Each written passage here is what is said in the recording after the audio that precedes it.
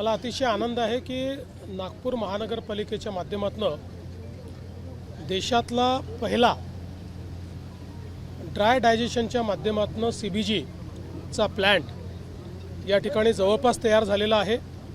आज आम्ही या प्लॅन्टची पूर्ण माहिती घेतली, पाहणी केली आणि 3 फेजेसमध्ये आता सुरुवातीला 400 टन, मग पुन्हा 400 टन आणि ऑगस्टमध्ये 400 टन असा 1200 टनचा हा प्रोजेक्ट ऑगस्टमध्ये पूर्णपणे कमिशन होईल, पण त्याचा पार्ट आताच कमिशन होतो आहे। या माध्यमातून जो सगळा शहरातला कचरा आहे या कचऱ्यावर प्रक्रिया होणार आहे।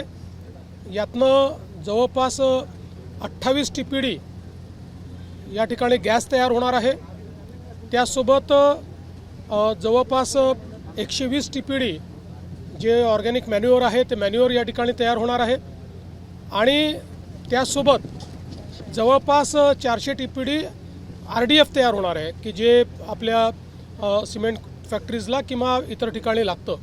त्यामुळे जवळपास संपूर्ण जो कचरा आहे या कचऱ्यातनं एक मोठी व्हॅल्यू या ठिकाणी तयार होणार आहे। हा देशातला पहिला असा प्लॅन्ट आहे की जो विदाऊट टिपिंग फी या ठिकाणी संपूर्णपणे खाजगी गुंतवणुकीतून करण्यात आला आहे। जवळपास 300 कोटी रुपयाची गुंतवणूक ही या ठिकाणी त्यांनी केलेली आहे आणि हे जे मॉडेल आहे हे इतकं चांगलं आहे की ज्याच्यातनं पुढच्या काळात कुठेही कचऱ्याचे ढीग आपल्याला दिसणार नाही आणि वेस्टला वेल्थमध्ये कन्वर्ट करून त्या माध्यमातून आपण जो काही आपलं पर्यावरण आहे त्या पर्यावरणाची हानी देखील मोठ्या प्रमाणात टाळणार आहोत। जे वर्षानुवर्ष हा सगळा जो पूर्व नागपूरचा भाग आहे की ज्या भागामध्ये आपण भांडेवाडी म्हटल्यानंतर कचऱ्याचे ढीग आणि वास अशा प्रकारचं जे समीकरण होतं हे पूर्णपणे संपतं आहे आणि पुढच्या 3-4 महिन्यानंतर या ठिकाणी वासाचा प्रश्न देखील संपेल आणि जवळपास 6-8 महिन्यात वर्षभरात संपूर्ण ढीग संपून या ठिकाणी अगदी सगळी लँड रिक्लेम झालेली असेल। मला असं वाटतं की देशातला एक अतिशय महत्त्वाचा अशा प्रकारचा प्लॅन्ट आज या ठिकाणी तयार झाला आहे। मराठा समाजासाठी सर्वाधिक निर्णय तुम्ही मुख्यमंत्री असलेल्या सरकारने घेतलेले आहे, तर ही जरांगे पाटील आज भर उन्हात उपोषणाला बसले, विखे पाटील त्यांना भेटायला गेलेले आहे। सरकारचे प्रमुख म्हणून तुमचं काय म्हणणं आहे? बघा, सरकार या प्रश्नावर नेहमीच सकारात्मक आहे। सरकारने वारंवार निर्णय घेतला आहे, प्रत्येक वेळी जेव्हा अडचण आली त्यावेळी सरकारने निर्णय घेतलेला आहे आणि या संदर्भात मी एवढंच सांगेन की सरकारची भूमिका पारदर्शक आहे, सरकारची भूमिका सकारात्मक आहे आणि ती भूमिका आम्ही सातत्याने मांडतो आहे आणि यापुढेही सरकारची भूमिका ही सकारात्मकच असेल। आमचं सरकार सर्व समाजाकरता सकारात्मक काम करणारं सरकार आहे। आम्ही समाजांना एकमेकापुढे आणून भांडण करत नाही, सगळ्यांचं भलं कसं होईल हा प्रयत्न करतो आणि विशेषतः मराठा समाजाच्या संदर्भात मी पुन्हा एकदा सांगतो, जेवढे निर्णय मी घेतले आणि शिंदे साहेबांनी घेतले एवढे इतिहासात कधी झाले नाहीत आणि पुढेही आम्ही मराठा समाजाच्या हिताचे निर्णय घेतच राहू। फक्त हे निर्णय घेत असताना देशाचं संविधान, देशाचे हायकोर्ट आणि सुप्रीम कोर्ट यांनी दिलेले निर्देश याचं मात्र पालन करावं लागेल। त्या निर्देशांचा अवलंब न करता जर एखादा निर्णय घेतला तर त्यातनं केवळ प्रसिद्धी मिळेल पण तो निर्णय टिकणार नाही।